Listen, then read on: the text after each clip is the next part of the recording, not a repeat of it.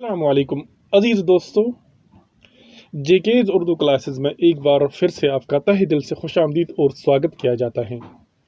आज की शानदार वीडियो शुरू करने से पहले आपसे यही गुजारिश करते हैं, अगर आप हमारे चैनल पर नए हैं या आपने अभी तक हमारे चैनल को सब्सक्राइब नहीं किया है तो बराह करम हमारे चैनल को सब्सक्राइब कीजिए, हमारे वीडियोस को लाइक और शेयर करना ना भूलें, साथ ही बेल आइकन का बटन भी दबाएं जिससे हर नई नोटिफिकेशन सबसे पहले आप तक बराह रास्त आप पहुंचेगी। दोस्तों, आज हम आपके सामने लाए हैं 25 ऑब्जेक्टिव्स लाए हैं चैप्टर नंबर 1 से क्लास 10th उर्दू के। और आप से यही गुजारिश करते हैं कि आप हमारे साथ बने रहिए, अपने सामने कलम और कॉपी रखें और साथ साथ में आप भी हल करने की कोशिश करें और सही जवाब चुनने की कोशिश करें। और आखिर पे आप कमेंट बॉक्स में सही बताइए कि आप कितने ऑब्जेक्टिव कर पाते हैं चैप्टर नंबर 1 में से। ऑलमोस्ट हर स्कूल में हर बच्चे ने चैप्टर नंबर 1 तो क्लियर किया होगा और कंप्लीट किया ही होगा, इसलिए हम आज चैप्टर नंबर 1 से मोस्ट इम्पॉर्टेंट ऑब्जेक्टिव्स बनाए हैं जो आप के बारे में हमें ये बता देंगे कि आपने चैप्टर नंबर 1 बिल्कुल सही समझा है कि नहीं समझा है। अगर समझने में भी अभी तक दिक्कत आ रही है तो आपके पास अभी बहुत ज़्यादा टाइम है, आप फिर से समझ सकते हो। तो चलिए स्टार्ट करते हैं आज का वीडियो और आज के ऑब्जेक्टिव्स। सबसे पहला ऑब्जेक्टिव क्या है? सबसे पहला ऑब्जेक्टिव है कि दास्तान का मकसद क्या होता था। ये पहला ऑब्जेक्टिव है। इसके ऑप्शन जो है राहत व फरहत, ऐश व अशरत, पंद व नसीहत और सामान व दौलत। और आपके सामने 4 ऑप्शंस हैं, आप सही ऑप्शन पर टिक लगाइए या अपनी कॉपी पर सही ऑप्शन लिखिए। तो इसका जो सही आंसर है वो है राहत व फरहत का सामान मुहैया करना, ये दास्तान का मकसद होता था। ये है पहली ऑब्जेक्टिव का आंसर। और दूसरे ऑब्जेक्टिव का देखते हैं, दूसरा क्या है? उर्दू की सबसे कदीम तरीन दास्तान कौन सी है? यानी उर्दू दास्तान निगारी में अगर हम बात करेंगे उर्दू की सबसे कदीम तरीन दास्तान कौन सी है, यहाँ पर कुछ ऑप्शंस दिए गए हैं। आसारुस्सनादीद ऑप्शन अलिफ है। दूसरा ऑप्शन क्या है? चंद हम असर। तीसरी सबरस। और चौथा ऑप्शन जो है वह है तौबतन नसूह। आपको सही ऑप्शन चुनना होगा। और आसारुस्सनादीद, चंद हम असर, सबरस और तौबतन नसूह में से मेरे ख्याल से आपने चुना होगा। और इसका जो सही आंसर है वो है ऑप्शन 3। वो क्या है? वो है सबरस। ये मुल्ला वजी की किताब है। ये उर्दू की सबसे कदीम तरीन दास्तान है और साथ ही ये जनूबी हिंद की सबसे पहली दास्तान है। सबरस इसका सही जवाब है। आगे बढ़ने की कोशिश करते हैं। सवाल नंबर 3, किस्सा महर अफरोज़ व दिलबर किसकी तसनीफ़ है? यानी किस्सा महर अफरोज़ व दिलबर ये एक दास्तान है, ये किसने लिखी है? इसके जो ऑप्शंस मिले हैं आपको वो है मुल्ला वजही, ऑप्शन 1। दूसरा ऑप्शन है रजब अली बैग। तीसरा ऑप्शन है ईसवी खान बहादुर। और चौथा ऑप्शन क्या है? वो है मीर अमन। और इसका आपको सही आंसर चुनना होगा, तो आप सही आंसर चुनिए। इसका जो सही आंसर है वो है ईसवी खान बहादुर। ईसवी खान बहादुर इसका बिल्कुल सही आंसर और सही ऑप्शन है।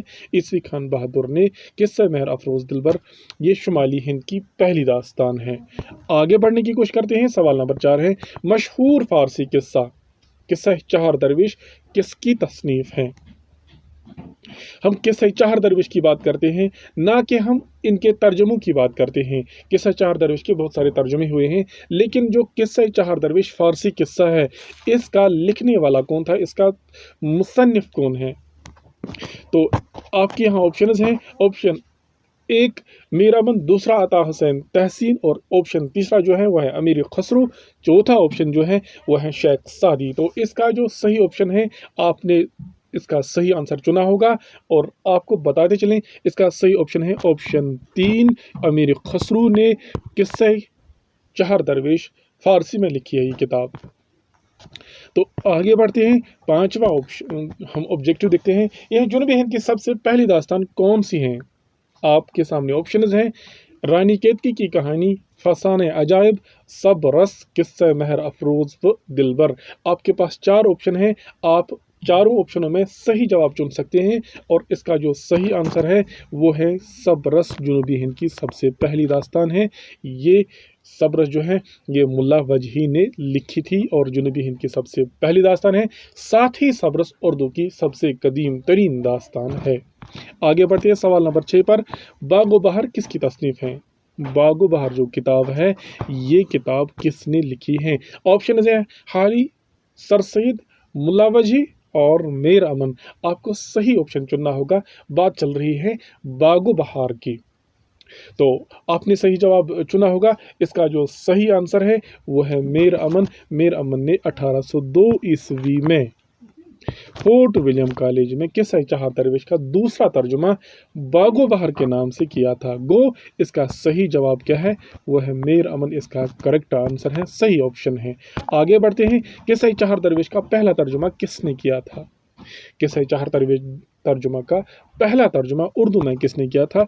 यहाँ पर ऑप्शन है मीर अमन, ऑप्शन 2 है मौलवी नज़ीर अहमद, ऑप्शन 3 है अता हुसैन तहसीन और चौथा ऑप्शन है ईसवी खान बहादुर। तो आपके सामने 4 ऑप्शन हैं, आप इनमें से सही ऑप्शन चुन सकते हो। तो सही ऑप्शन क्या है? इसका सही ऑप्शन है ऑप्शन 3।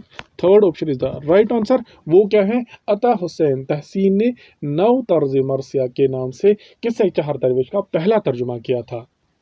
आगे बढ़ते हैं सवाल नंबर 8 पर। सवाल नंबर 8 क्या है? यह फोर्ट विलियम कॉलेज की बुनियाद कब डाली गई?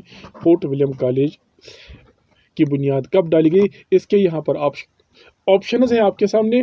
ऑप्शन 1 है 1900, ऑप्शन 2 1877, ऑप्शन 3 है 1800 और ऑप्शन 4 है 1635 ईस्वी।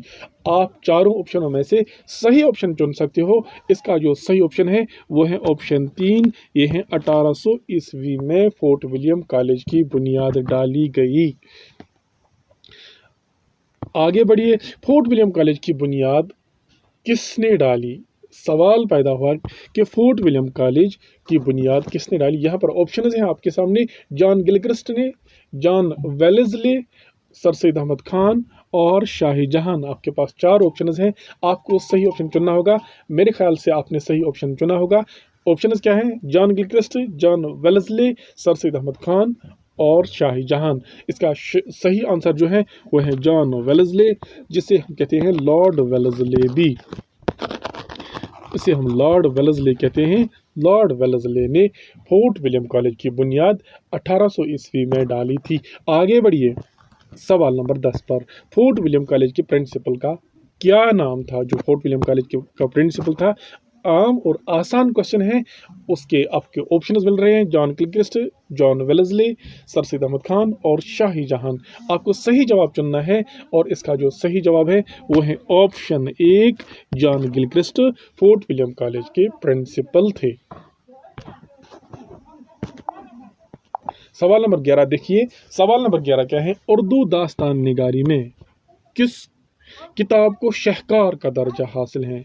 किस किताब को शाहकार का दर्जा है? यानी उर्दू दास्तान निगारी में सबसे मशहूर और सबसे फेमस अहम किताब कौन सी है? यहाँ पर आपके सामने ऑप्शंस हैं। सबरस ऑप्शन 1, फसाने अजायब ऑप्शन 2, बागो बहार ऑप्शन 3, रानी केतकी की कहानी।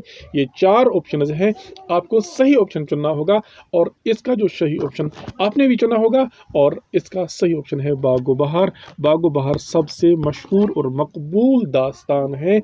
उर्दू दास्तान निगारी में इसको काफ़ी मकबूलियत हासिल है। आपको बताते चलें, आपने देखा भी होगा बागो बहार फोर्ट विलियम कॉलेज में मीर अमन ने 1802 ईस्वी में लिखी है। दोस्तों आगे बढ़िए सवाल नंबर 12 पर। इनमें से कौन सा अज्जाई तरकीबी दास्तान का नहीं है? अगर हम दास्तान के अज्जाई तरकीबी की बात करते हैं और नीचे जो ऑप्शन दिए गए हैं सवाल नंबर 12 के, आपको देखना है इनमें से कौन ऑप्शन अज्जाई तरकीबी दास्तान का नहीं है। ऑप्शन 1 है प्लॉट, ऑप्शन दूसरा जो है वह है तशबीब, ऑप्शन 3 है किरदार, ऑप्शन 4 है कहानी। और आप यहाँ देखिए ऑप्शन 1, 2, 3, 4 चार ऑप्शनों में आप सही जवाब चुनिए और इसका जो सही जवाब है वह है ऑप्शन 2। ऑप्शन 2 कसीदा का सबसे पहला अज्जाई तरकीबी होता है, ना कि दास्तान का। तशबीब इसका सही आंसर है। तशबीब दास्तान का अज्जाई तरकीबी नहीं होता है। आगे बढ़ते हैं सवाल नंबर 13 पर। सवाल नंबर 13 क्या है? मीर अमन की पैदाइश कब और कहाँ हुई है? जहाँ तक मीर अमन की पैदाइश का ताल्लुक है, इसके यहाँ ऑप्शन हैं 1723 ईस्वी में कलकत्ता में। ऑप्शन 2 है 1732 ईस्वी में पटना में। ऑप्शन 3 है 1748 ईस्वी में दिल्ली में। और ऑप्शन 4 है 1784 ईस्वी में अहमदाबाद में। आप सही जवाब चुनिए और इसका जो सही जवाब है वो है 1748 ईस्वी में दिल्ली में मीर अमन की पैदाइश हुई थी।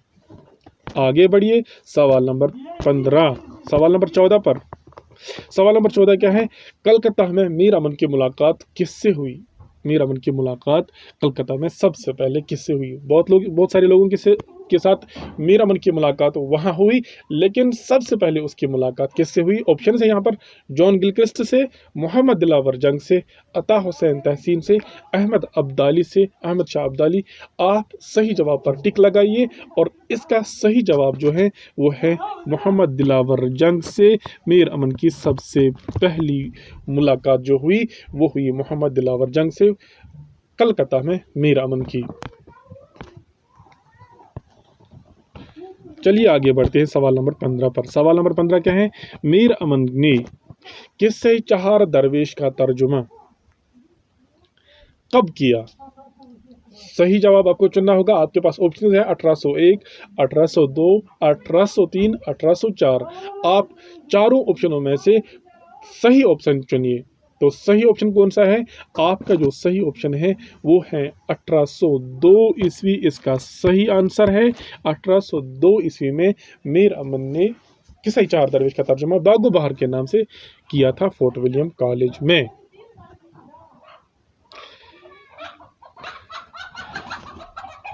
आगे बढ़ते हैं सवाल नंबर 16 पर। अहमद शाह अब्दाली ने हिंदुस्तान पर कब हमला किया? देखना है कि अहमद शाह अब्दाली ने हिंदुस्तान पर हमला कब किया। आपके पास ऑप्शन है 1761, 1763, 1785, 1777 ईस्वी। आपके पास चार ऑप्शन हैं। आप चार ऑप्शनों में से सही ऑप्शन चुनिए और इसका जो सही ऑप्शन है दैट इज 1761 ईस्वी में अहमद शाह अब्दाली ने हिंदुस्तान पर कब्जा किया था, हमला किया था। और सवाल नंबर 17 क्या है? मीर अमन का इंतकाल कब और कहाँ हुआ? आपके पास ऑप्शन है ऑप्शन 1 आगरा में 1805, दिल्ली में 1804, कलकत्ता में 1808 और पटना में 1806 ईस्वी में। इसका जो सही ऑप्शन क्या है? इसका सही ऑप्शन आपने चुना होगा और इसका सही ऑप्शन है मीर अमन का इंतकाल कलकत्ता में हुआ था 1808 ईस्वी में। आगे बढ़ते हैं सवाल नंबर 18 पर। फोर्ट विलियम कॉलेज में मीर अमन ने सिर्फ डैश किताबों का तर्जुमा किया। फोर्ट विलियम कॉलेज में मीर अमन ने कई किताबों का तर्जुमा किया। ऑप्शन है यहाँ पर option A 2, option 2 3, option 3 5, option 4 7। आपको सही जवाब बताना होगा। फोर्ट विलियम कॉलेज में मीर अमन ने सिर्फ 2 किताबें लिखी, 2 किताबों का तर्जुमा किया। एक है किस्से चार दरवेश का तर्जुमा, दूसरा है गंज खोबी का इखलाक मोहसिनी के नाम से तर्जुमा किया था फोर्ट विलियम कॉलेज में मीर अमन ने। सवाल नंबर 19 जो है वह है मुबारक कौन था? चैप्टर नंबर 1 में से है ये सैयद दरवेशी। ऑप्शन है यहाँ पर एक वफादार गुलाम, एक वफादार हबशी गुलाम, एक दास्तान निगार, शहजादे का चचा, इनमें से कोई नहीं। आपको सही जवाब चुनना है मुबारक कौन था और इसका जो सही जवाब है यह है एक वफादार हबशी गुलाम। किसका हबशी गुलाम? चीन के बादशाह का हबशी गुलाम था मुबारक। एक वफादार गुलाम था चीन के बादशाह का। सवाल नंबर 20 पर जाते हैं। जमीन के अंदर शहजादे ने क्या देखा? शहजादे ने जमीन के अंदर बहुत सारी चीजें देखी। क्या देखा? ऑप्शन है यहाँ पर बेशुमार इंसान देखे, 4 मकान और एक हाउस देखा, मुर्दा इंसान देखे, इनमें से कोई नहीं देखा। इसका जो सही ऑप्शन है आपने भी चुना होगा। इसका सही ऑप्शन है 4 मकान और एक हाउस देखा। 4 मकान के दालानों में 10-10 मटके सोने की जंजीरों से जकड़े हुए थे और एक हाउस हीरे जवाहरात से भरा हुआ था। ये देखा था शहजादे ने ज़मीन के अंदर जब वो मुबारक के साथ नीचे गया था ज़मीन में। और सवाल नंबर 21 क्या है, मुल्क सादिक कौन था? आपकी दरसी किताब का भी सवाल है। इस सवाल के आपके पास ऑप्शन हैं। ऑप्शन 1 बादशाह, ऑप्शन 2 जिन्नों और परियों का बादशाह, ऑप्शन 3 जानवरों का बादशाह, ऑप्शन 4 बादशाहों का बादशाह। और आप इसका सही जवाब चुनिए। इसका जो सही जवाब है वो है जिन्नों और परियों का बादशाह था। मुल्क सादिक जिन्नों और परियों का बादशाह था। सवाल नंबर 22 है, रोशन अख्तर कौन थी? इसके ऑप्शंस आपको मिल रहे हैं। ऑप्शन क्या है, मुबारक की बेटी थी, शहजादे की बेटी थी, मुल्क सादिक की बेटी थी, चचा की बेटी थी। आपको सही जवाब चुनना होगा। आप सही जवाब चुनिए। ऑप्शंस एक बार फिर से देखिए, मुबारक की बेटी, शहजादे की बेटी, मुल्क सादिक की बेटी, चचा की बेटी। इसका जो सही ऑप्शन है वह है चचा की बेटी, यानी शहजादी का जो चचा था उसकी बेटी थी मुबारक, उसकी बेटी थी रोशन अख्तर। सवाल नंबर 23 जो है वह है, अत्र बखूर और सरम सलाइमानी किसने लगाया? जब मुबारक और शहजादा मुल्क सादिक के पास जा रहे थे तो शहजादा उनको देख नहीं पा रहा था, इसलिए उन्हें अत्र बखूर और सरम सलाइमानी लगाने की ज़रूरत पड़ी। गो इसका जो सही ऑप्शन है, शहजादे ने अत्र बखूर और सरम सलाइमानी लगाया था। सवाल नंबर 24 जो है चैप्टर नंबर 1 में से आपके, ये है वो मुरक्कब जिसे पूरा मतलब वाज़ह ना हो जाए डैश कहलाता है। जिस मुरक्कब से पूरी बात समझ में नहीं आती है उस मुरक्कब को हम क्या कहते हैं? ऑप्शन है मुरक्कब ताम, दूसरा ऑप्शन है मुरक्कब नाक़्स, तीसरा ऑप्शन है दूसरा ऑप्शन है मुरक्कब जार, तीसरा है मुरक्कब नाक़्स या गैर मुफीद। चौथा जो ऑप्शन है वो है मुरक्कब इम्तिजाजी। आपने पढ़ा है अपने चैप्टर में, तो इसका सही जवाब आप चुनिए। इसका जो सही जवाब है वो है मुरक्कब नाक़िस या मुरक्कब गैर मुफीद। मुरक्कब नाक़िस या मुरक्कब गैर मुफीद एक ऐसा मुरक्कब होता है जिससे पूरी बात समझ में नहीं आती है। सवाल नंबर 25 जो है, मुल्क सादिक डैश करना चाहता था। ऑप्शन है हमारे पास, शहजादे का कत्ल करना चाहता था, ऑप्शन है शहजादे की मदद करना चाहता था, ऑप्शन 3 है शहजादे से जंग करना चाहता था, ऑप्शन 4 है इनमें से कोई नहीं। आपने भी चुना होगा सही ऑप्शन क्या है। इसका सही ऑप्शन है और शहजादे की मदद करना चाहता था मुल्क सादिक। मुल्क सादिक ने शहजादे को 40वां बंदर दे दिया जिससे शहजादे की मदद हुई। आज की वीडियो में हमने तमाम ऑब्जेक्टिव जो है वो निकाले थे। आज की वीडियो में इतना काफ़ी है, लिहाजा आप ऐसा करिए कि जितने भी आपने सही ऑब्जेक्टिव किए कमेंट बॉक्स में आप कमेंट कीजिए कि आपके कितने ऑब्जेक्टिव सही हुए, और साथ ही हमारे चैनल को प्रमोट करने की कोशिश कीजिए और हमारे वीडियोस को शेयर करने की कोशिश कीजिए। आज की वीडियो में इतना काफ़ी है। दीजिए अपने मेज़बान को इजाज़त। मिलते हैं अगली वीडियो में, जब तक के लिए अल्लाह हाफिज़ व नासिर। शुक्रिया।